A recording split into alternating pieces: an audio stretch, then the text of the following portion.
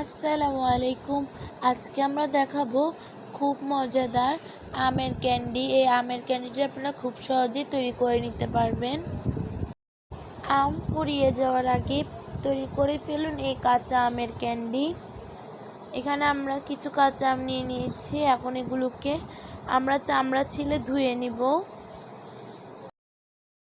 এখন আমরা আমগুলোকে ক্যান্ডি তৈরি করার জন্য এভাবে করে কেটে নিব।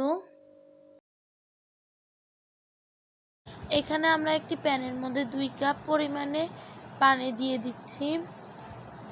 এখন 1 চামচ লবণ দিয়ে দিয়েছি। পানিগুলো হালকা গরম হলে আমরা আমগুলো দিয়ে দিব।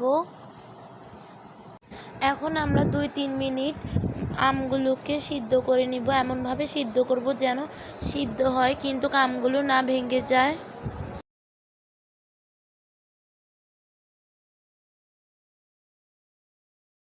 2 মিনিট পর এখন আমাদের আমগুলো সিদ্ধ হয়ে গিয়েছে। আমরা এখন আমগুলো উঠিয়ে নিচ্ছি।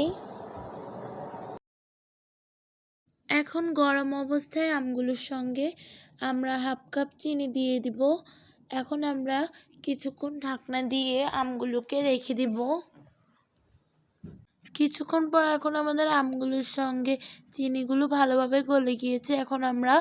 এখন আমরা আমগুলোকে 10 ঘন্টা বা সারা রাতের জন্য নরমাল ফ্রিজে রেখে দিব। 10 ঘন্টা পর এখন আমরা নরমাল ফ্রিজ থেকে আমগুলোকে বের করে নিয়েছি।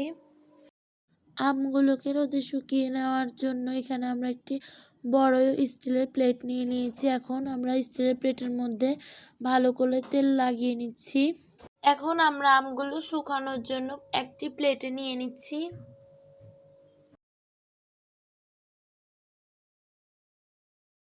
2 থেকে 3 দিন আমরা আমগুলোকে শুকিয়ে আমের ক্যান্ডি তৈরি করে নিব। এখন আমাদের আমের ক্যান্ডি তৈরি হয়ে গিয়েছে। দেখতে পাচ্ছেন খুব সুন্দর করে আমাদের আমের ক্যান্ডিগুলো তৈরি হয়ে গিয়েছে।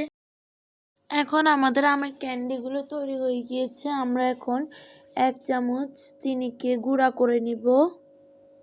এখন চিনির পাউডারগুলোকে আমরা আমের উপরে এভাবে করে ছিটিয়ে দিব এবং ভালোভাবে আমগুলোকে মিক্স করে নিব। প্রায় অনেক দিন আপনারা এই আমের ক্যান্ডিগুলোকে সংরক্ষণ করে রেখে দিতে পারবেন। এখন আমাদের মজাদার আমের ক্যান্ডি তৈরি হয়ে গিয়েছে। আমাদের দেওয়া আমের ক্যান্ডির ভিডিওটি যদি ভালো লেগে থাকে আমাদের ইউটিউব চ্যানেলটি সাবস্ক্রাইব করে দিবেন এবং ফেসবুক পেজটি ফলো করে দিবেন। সাথে ইউটিউব এবং ফেসবুক পেজে লাইক, কমেন্ট এবং শেয়ারও করবেন। আসসালামু আলাইকুম।